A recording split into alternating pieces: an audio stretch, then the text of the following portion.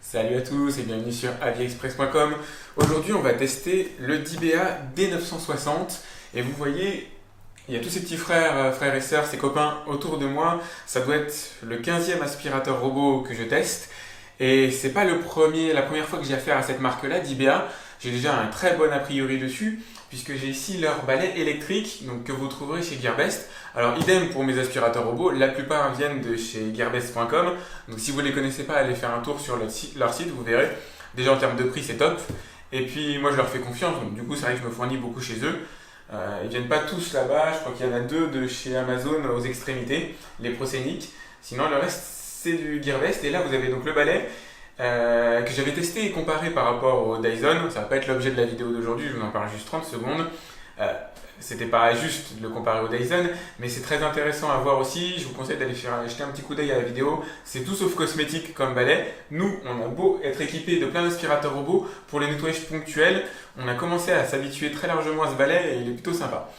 Donc, dans la même marque, on a aujourd'hui le Dibea D960 que nous testons. Alors, un test évidemment en français, vous l'aurez compris. Hop! Et vous allez voir le déballage et on va en parler un petit peu, le comparer à toute la concurrence qu'on peut avoir sur le marché chinois, puisque moi je suis spécialisé dans les tests de produits d'origine chinoise. Et là, ça tombe bien, voilà un digne représentant. Alors j'écarte la boîte.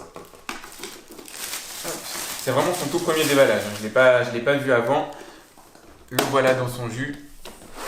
Alors, la conception à mon avis est relativement classique. En général on trouve un petit bumper à l'avant, donc qui permet, lorsque les capteurs situés tout au long du robot n'ont pas détecté l'obstacle, ce qui peut arriver, ce qui arrive même pour les hauts de gamme, c'est le bumper qui va donner l'ordre au robot de changer de trajectoire et d'aller voir ailleurs. Ensuite, à l'arrière, alors j'espère que je vais y arriver, on a ici la protection, hop, donc à faire, autant la retirer. Voilà, donc on a le réservoir qui fait 300 ml. Sur une capacité honorable, on va dire on est dans la moyenne du secteur. On peut avoir du 500 ml sur les très très gros, les plus gros aspirateurs robots et un peu moins pour certains un peu plus fins. Donc là 300 c'est tout à fait correct. Hop. Alors on a le filtrage, le système de filtrage au-dessus. Et on a un filtre de rechange dans la boîte, je vous montrerai ça après. Voilà. Donc le bac à poussière après c'est assez classique. On a un double système de filtrage. Hop. Pour le vider, tout va bien. Ça a l'air assez simple d'utilisation. C'est pas une mauvaise idée d'ailleurs d'avoir mis le filtre en haut au moment de la vidange parce que ça oblige à le nettoyer. Souvent, moi j'oublie de nettoyer ce filtre-là spécifiquement sur mes aspirateurs robots. L'autre, je l'ai, mais ils sont souvent mis à d'autres endroits. Et là, du coup, ça va être plutôt sympa. Ça va m'obliger à le nettoyer. C'est plutôt cool. Alors, si j'arrive à le refermer. Hop, et voilà. Donc, important, le bouton démarrage, ça c'est évident, l'avoir sur le robot. On ne fait pas tout à la télécommande, vous allez voir qu'il y a une télécommande. C'est important pour moi d'avoir ces boutons-là parce que déjà, j'ai pas la télécommande toujours sous la main. Admettons que ça marche avec une application idem, j'ai pas forcément envie d'avoir mon smartphone toujours sur moi. Il y a deux boutons fondamentaux sur un aspirateur robot pour moi qui sont effectivement le démarrage automatique et le retour à la maison à la base de chargement. Et c'est ça l'essentiel, ils sont bien les deux ici, dessus. Et c'est très bien comme ça. Il y a une bonne sensation au toucher. J'ai vu des aspirateurs robots avec des touches qui se coincent, un peu mal fait. C'est pour ça que je le teste aussi. Hop, je ne l'ai pas noté, je ne l'avais pas vu. Il y a une petite bandelette en caoutchouc juste ici, donc qui évitera d'abîmer vos meubles si jamais le robot se cogne dedans. C'est plutôt bien vu aussi, bien pensé. Une bonne idée. On retrouve, alors visiblement, quelque chose d'assez classique maintenant sur les robots conçus récemment, une alternance entre une réglette en caoutchouc et des poils. Donc ça fonctionne en règle générale plutôt bien cette alternance. La réglette en caoutchouc brosse notamment très bien les surfaces type tapis. Et la brossette va plutôt s'attaquer aux particules fines, aux poils, etc. La brosse en caoutchouc d'ailleurs aussi pour les poils, ça marche très bien. L'alternance des deux fonctionne vraiment en général super. Il y a ça, alors je ne sais pas si vous le voyez à l'écran, vous avez ici une autre petite réglette en caoutchouc qui a son importance.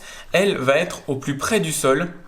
Et elle va permettre de racler le sol vraiment au niveau vraiment de sa surface la plus basse.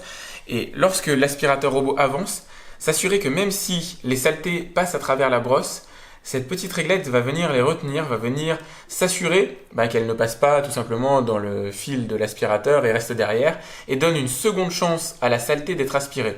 C'est très bien vu, c'est très bien pensé, pour moi c'est super utile.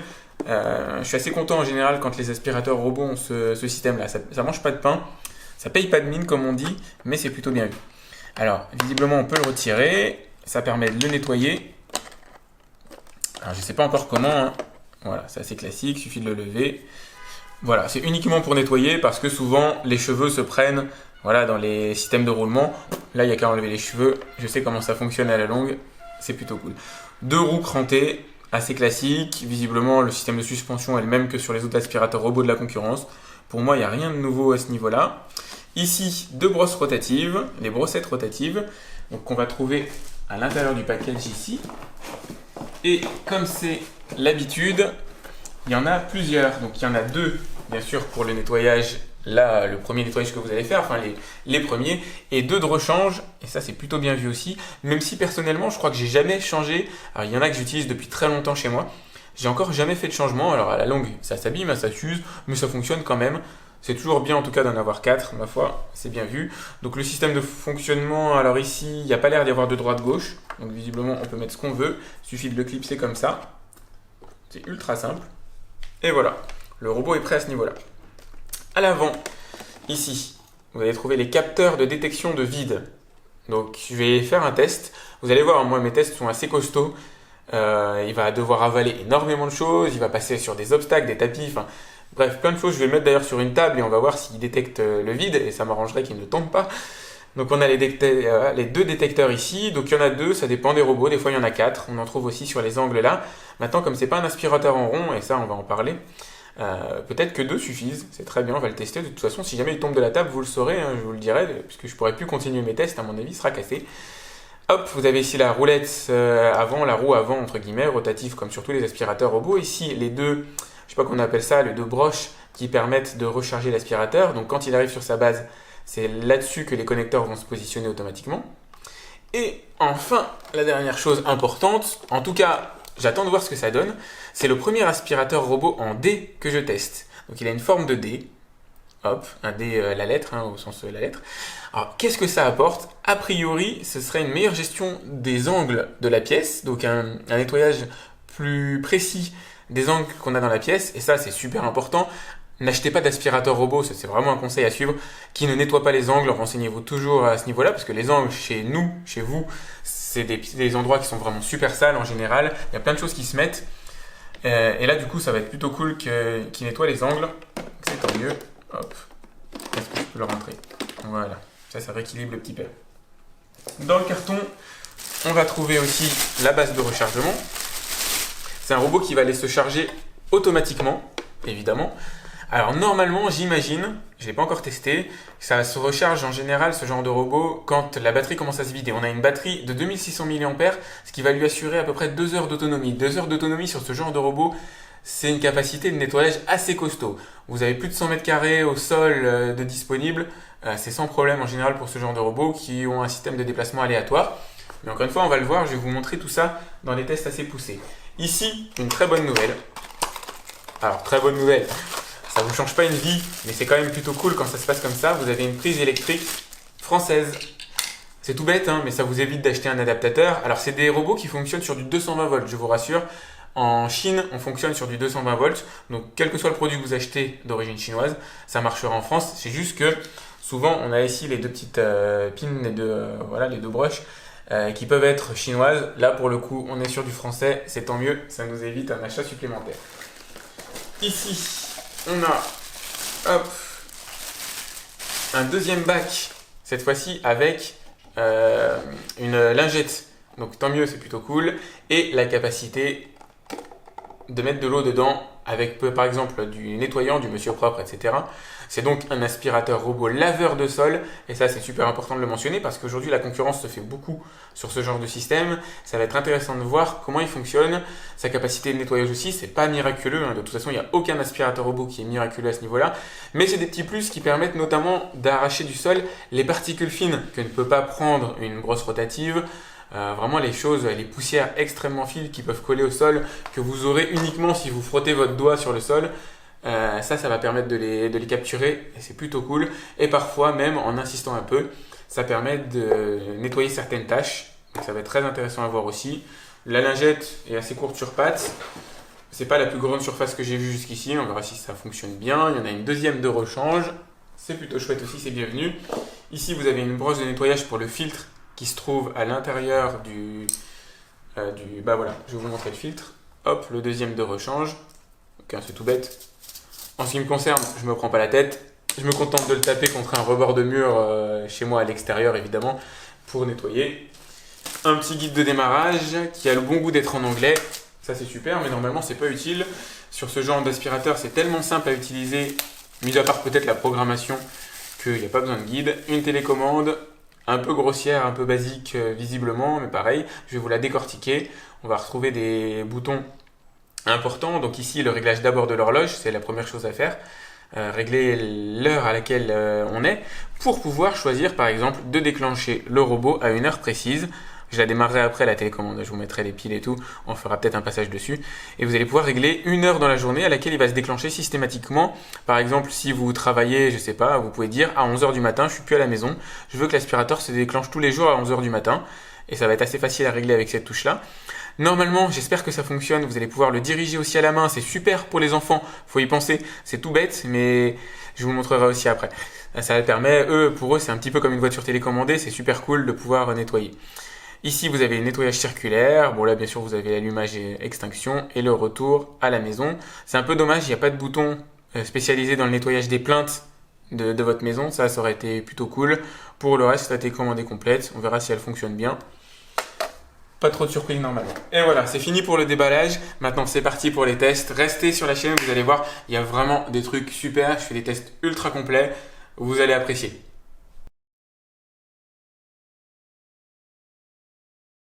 C'est parti pour mon test traditionnel qui consiste à pousser le robot dans ses retranchements par rapport à sa capacité de nettoyage, d'aspiration.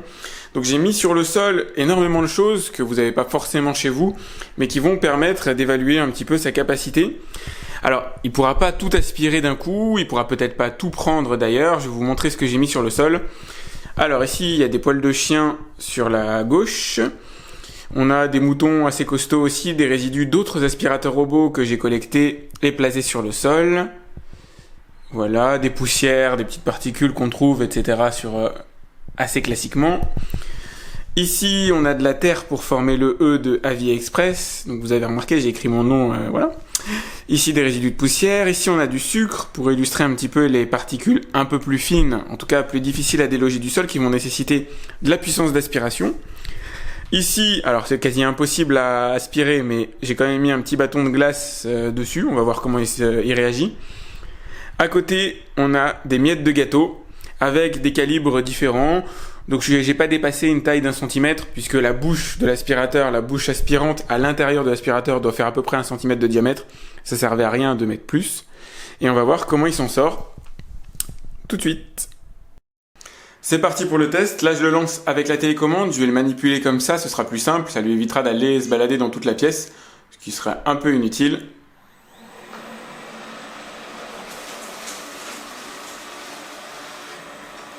Là, il s'en est plutôt bien sorti pour le premier passage.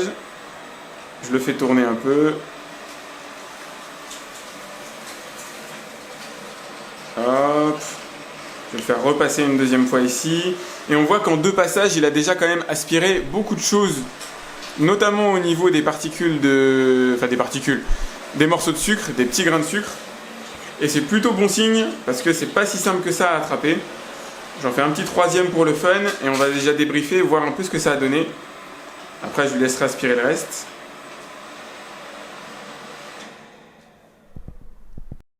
Alors, voilà ce que ça a donné en 2 à 3 passages, ça dépend des endroits. On est quand même assez nickel. Vu la quantité de saleté que j'ai dû lui faire ingurgiter, c'est plutôt pas mal, c'est même excellent. On est pour l'instant sur un niveau d'un high life. Ici, on est passé que... Alors, c'est peut-être des résidus qui ont été projetés. Hop.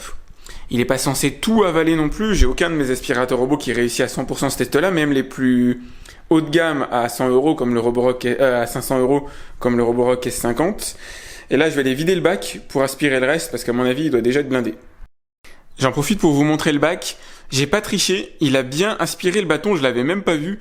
Il a aspiré le bâton de glace quand même. C'est plutôt costaud, c'est même très impressionnant. C'est assez rare qu'un aspirateur robot arrive à choper un bâton de glace aussi large. Franchement, ça m'étonne. Donc vous voyez, il est quand même bien rempli comme il faut. C'est un petit bac, donc du coup il faut le vider assez fréquemment. Je vais tester, mais je pense que pour vous, ce serait peut-être tous les 3-4 jours, grosso modo. C'est reparti pour le reste du nettoyage. Ça devrait être une formalité pour lui.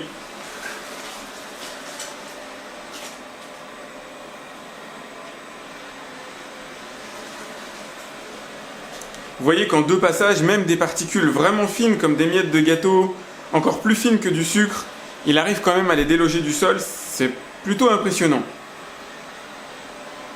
Moi qui à l'issue de mes vidéos essaie de vous donner une orientation sur ce que vous devriez choisir, sur son marché comparatif bien sûr, comme les High Life, ça va être essentiellement ça les concurrents. Là je vais être sérieusement en galère parce qu'il se débrouille beaucoup mieux que ce que j'avais imaginé. Il m'a relâché un petit mouton là-bas. Je lui ai mis tellement de moutons qu'il en a peut-être qui se sont coincés dans les hélices. Hop. Et en plus, il est extrêmement silencieux. J'insiste là-dessus, mais c'est de loin l'aspirateur robot le plus silencieux que j'ai entendu de ma vie. C'est très agréable. Donc là, je l'ai retourné, évidemment. Je vous montre ce qui se passe dans les coulisses. Alors, je vais lever un petit peu la voix. Hop, donc il s'en est bien sorti. Il y a très peu de cheveux qui ont été coincés dans les rotatives ici. Très peu de moutons aussi, ce qui est assez rare encore une fois, parce qu'on peut retrouver souvent coincés tout un tas de saletés au niveau des rotatives. Là, il y a pas mal de poils de chiens qui se sont coincés avec des cheveux.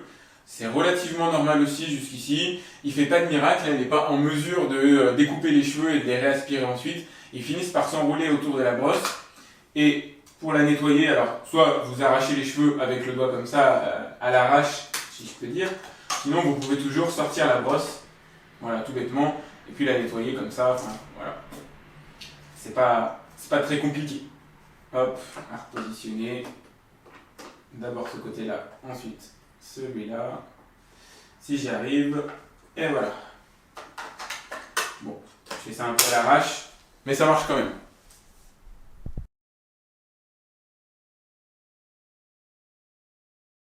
Changement de configuration, et là cette fois-ci on va tester la partie lavage de sol.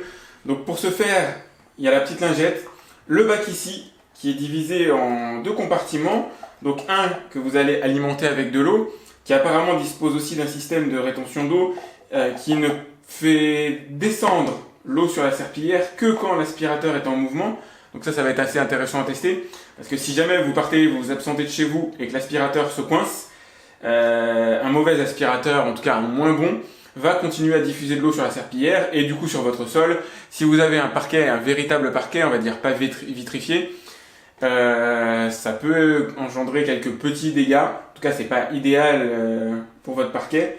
Bon, pour les sols type carrelage, tout ça, c'est pas très grave, mais c'est un petit truc en plus. Et il dispose aussi d'un compartiment dédié à l'aspiration qui se trouve ici. Donc il peut faire les deux en même temps, c'est bel et bien un aspirateur laveur de sol et aspirateur en même temps. Et ça c'est plutôt cool parce que c'est pas le cas de tous. Et tant mieux si DBA a réussi à prendre en considération ça pour finalement ne faire qu'un aspirateur robot qui fasse tout. Attendez, je vais mettre, j'en profite pour l'installer. Même à l'envers, ça fonctionne. C'est parti, je vais aller mettre de l'eau et peut-être du détergent dedans. Alors je vais mettre un petit peu d'eau dedans. Je vais faire ce que je fais d'habitude avec mes autres robots. Hop. Et je vais lui mettre aussi quelques gouttes de détergent, très peu. J'ai là-dedans, voilà, moi c'est quoi? C'est du Saint-Marc, vous mettez ce que vous voulez. Vous n'êtes pas obligé, vous pouvez mettre des trucs peut-être un peu moins chimiques. J'ai mis vraiment quelques gouttes. Pour le fun, c'est parce que j'ai des enfants, pour désinfecter le sol, tant qu'à faire, c'est tant mieux. C'est pas miraculeux, un aspirateur laveur de sol. Ça va pas récurer votre sol, mais ça peut quand même contribuer à pas mal assainir et enlever pas mal de choses. Alors j'ai laissé volontairement le sol de ma cuisine sale pendant quelques jours. Donc il y a eu un chien pendant 3 jours chez moi. Et ça va permettre de le tester un peu. Là je le dirige à la télécommande, mais je vais le laisser nettoyer de manière automatique. C'est juste pour vous montrer la base de nettoyage. Donc on voit effectivement la diffusion de l'eau qui se fait là. Je mouille toujours la serpillière personnellement avant de lancer mon robot, comme ça elle est prête directement. Hop, ça la permet de nettoyer plus vite. Il faut le laisser bosser dans une pièce comme ça, c'est-à-dire aller avec au sol quelque chose comme 6-7 mètres carrés. Je le laisse bosser, je sais pas, 5-10 minutes. En fait, je vais faire autre chose tout simplement. Et je reviens et en règle générale, c'est censé être vraiment nickel. Le sol est propre, il a aspiré toutes les saletés. On va voir si le 10BA parvient à faire la même chose. J'ai pas trop de doutes, pour l'instant il a l'air de bien s'en sortir. Donc là, je le laisse bosser tout seul. Et je vous montre après ce que ça donne.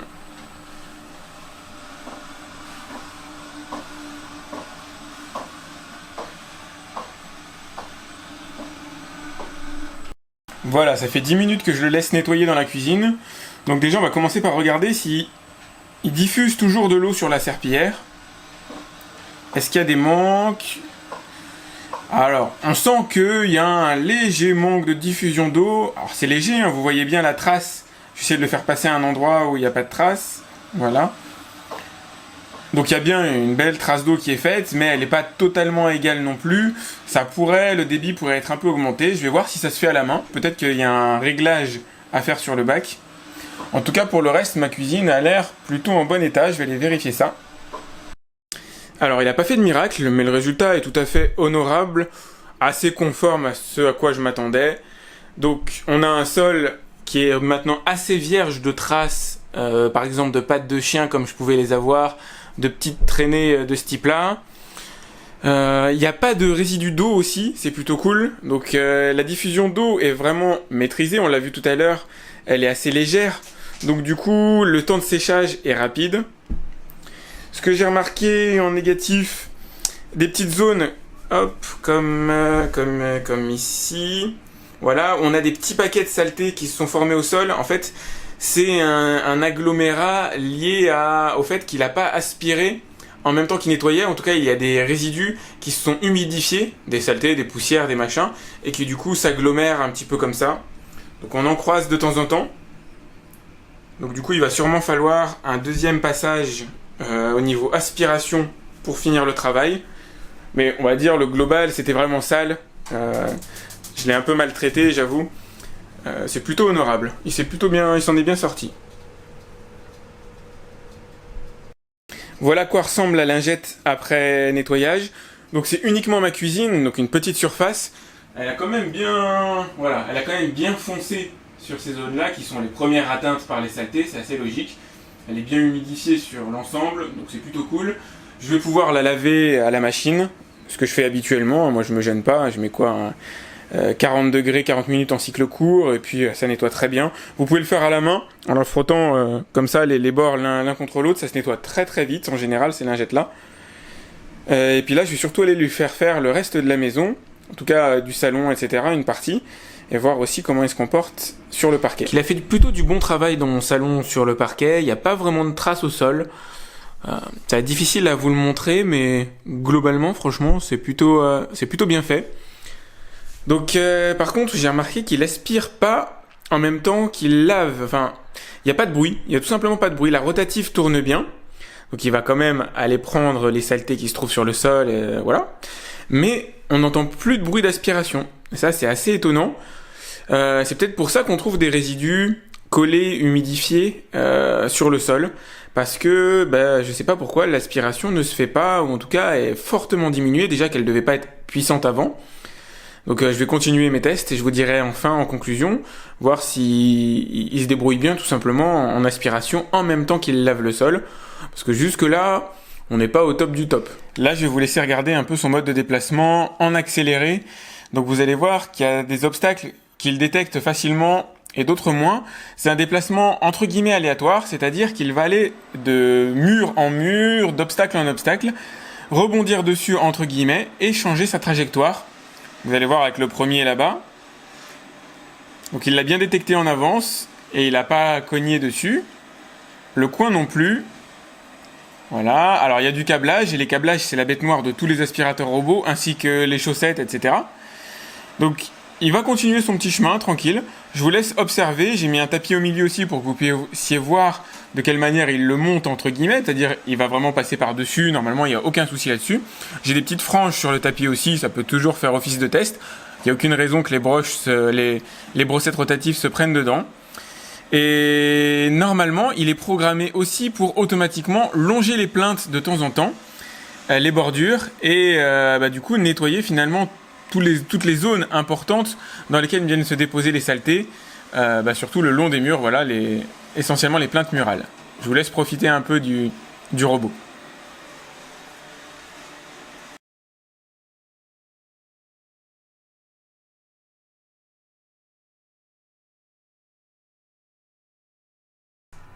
On va se faire une petite étude rapide du niveau sonore du DBA D960 en comparaison alors avec le ténor du marché, le meilleur robot chinois actuellement disponible, c'est-à-dire le Xiaomi Roborock S50. Vous allez voir, ça devrait être assez édifiant.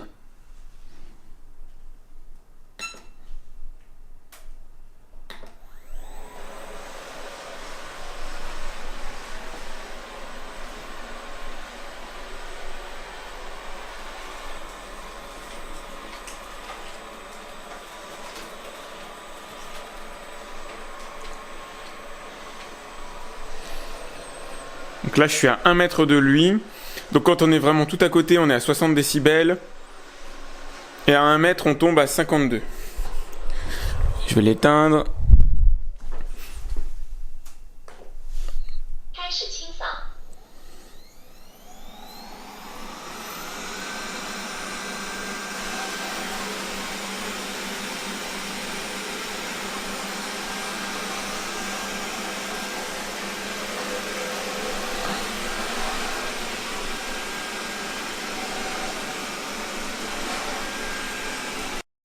On a presque 10 décibels de plus entre les deux aspirateurs robots, ce qui est quand même assez différent, assez édifiant, assez large.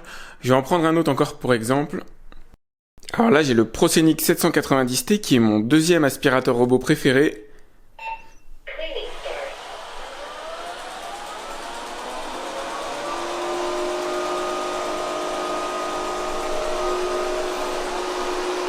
Vous voyez, on est même encore un cran largement au-dessus.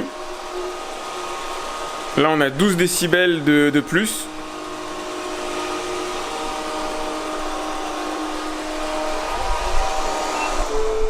Sachant qu'on était dans ma pièce à peu près 40-42 décibels quand il n'y a pas de bruit. Je vous montre ça.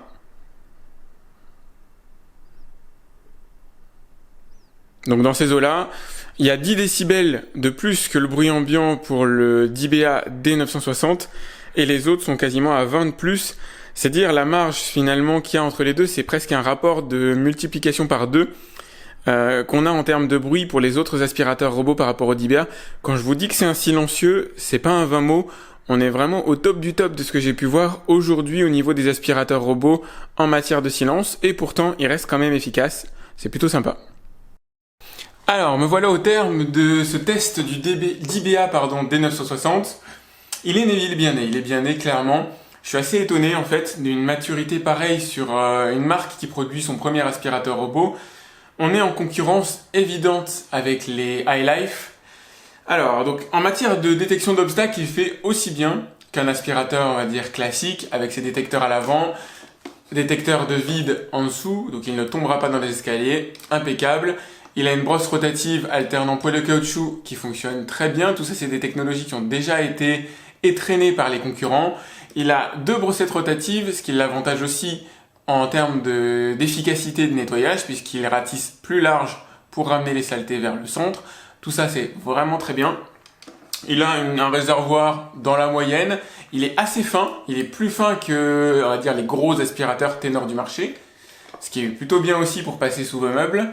Il est vraiment très bien conçu. On sent quand même un travail assez énorme pour faire de ce robot quelque chose de bien. Et c'est le silence qui est son point distinctif par rapport à la concurrence. Et c'est probablement là-dessus que va se jouer, pour moi, la différenciation. En termes de lavage, c'est pas le meilleur. Clairement, j'ai vu mieux parce que son niveau d'aspiration pendant la phase de lavage me paraît diminuer, m'est apparu diminuer. J'ai eu l'impression presque que le moteur était à l'arrêt. Donc il continue à faire tourner ses rotatives, à rattraper des saletés, mais il les rattrape pas toutes, il les rattrape moins bien. Donc à ce niveau-là, c'est un petit peu dommage. C'est le petit loupé. Maintenant, la fonction lavage n'est jamais miraculeuse de toute façon sur un aspirateur robot. J'en attends en général juste d'enlever quelques traces au sol, d'assainir le sol, mais pas de faire un récurage du sol. Ça remplace pas un lavage à la main. Il n'y a aucun robot qui ne le remplace un lavage à la main. Donc c'est pas grave, je lui en tiens pas rigueur. La véritable difficulté pour moi maintenant, c'est de le positionner. Est-ce que vous devez prendre celui-là ou un High Life? Et là, c'est une vraie difficulté parce qu'il s'est avéré vraiment super bon ce robot. J'ai été très étonné. Donc il travaille autant que les High Life. Il travaille 2 heures à peu près dans votre pièce, voire un peu plus. Il consomme très peu d'énergie grâce au moteur rotatif qui tourne probablement moins vite que la concurrence. Il a pourtant la même batterie de 2600 mAh. On est vraiment dans un concurrent direct et c'est probablement une question de choix, une question de goût aussi. Le côté anguleux ici ne change pas grand chose à mon goût. Effectivement, il va peut-être racler très légèrement plus les angles parce que les rotatives sont légèrement plus proches, mais seront entre guillemets accéderont un peu plus facilement aux angles, mais c'est très ténu. Moi, j'ai rien vu réellement à l'œil. Je peux pas vous dire. Ça, c'est une véritable différence qui fait que vous devriez déclencher l'acte d'achat dessus. Ça va se jouer tristement à une question de goût, une question de feeling, malheureusement. J'aurais aimé vous dire qu'il y a un gros critère de différenciation. En concurrence directe avec celui-là, vous allez avoir le High Life A6 par exemple, qui est lui-même excellent, qui est dans la même conception, noir, avec le même type de design, qui est très fin aussi, qui lave le sol, qui aspire très bien. Une concurrence assez rude, assez difficile. Ce que j'ai de plus sur les High Life, c'est du recul sur leur utilisation. Et je sais que dans le temps, il fonctionne bien. Lui, je viens de l'avoir. Donc ça ne veut pas dire qu'il démérite. Je vais continuer de le tester. Il va partir probablement dans ma famille pour que eux puissent le tester à long terme. Parce que moi, j'en ai plein des aspirateurs robots. Je ne peux pas les utiliser tous les jours, constamment. Donc ce qui me manque aujourd'hui sur le DBA D960, c'est le recul sur sa longévité de vie, sur sa durée de vie. Mais pour le reste, je peux que vous le recommander. Il est vraiment super bien fait. Il a été bien conçu, il est pratique, facile à utiliser. Franchement, c'est un vrai bonheur et une vraie bonne surprise à laquelle je ne m'attendais pas. Voilà, j'espère que vous avez apprécié mon test, ma review. Si vous avez des questions, n'hésitez pas à me les poser en bas de la vidéo. Vous pouvez aussi me laisser un petit pouce, ce serait sympa pour me dire que j'ai fait du bon travail, que vous avez aimé ma manière de présenter.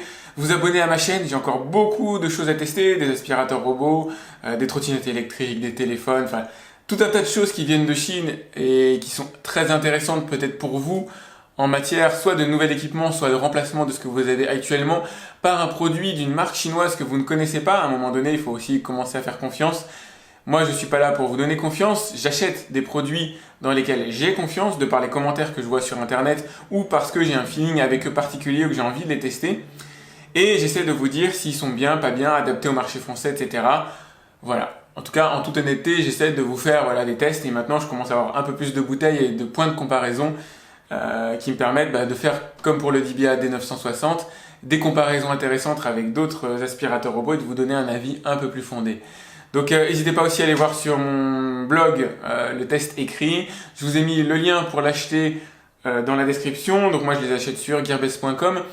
Gearbest, c'est un site dans lequel j'ai confiance, tout simplement. C'est là-dessus que j'achète la plupart de mes produits d'ordre technologique. Ils ont des prix qui sont vraiment super, un bon service après-vente, et ça me suffit, entre guillemets. Moi, j'ai pas vraiment besoin de plus. Donc voilà, je vous dis à très vite pour un autre test de produits chinois sur aviexpress.com. Salut!